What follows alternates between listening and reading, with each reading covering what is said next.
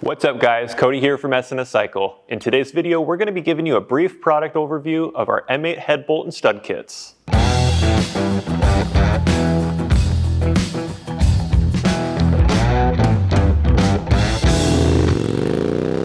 So why do you need this kit for your bike? Well, simply put, big bore, big compression, and big throttle take their toll on hard parts. So if you plan on doing some motor work soon or you already have your engine apart, we highly recommend picking up this kit if you want more durability and peace of mind putting those cases back together.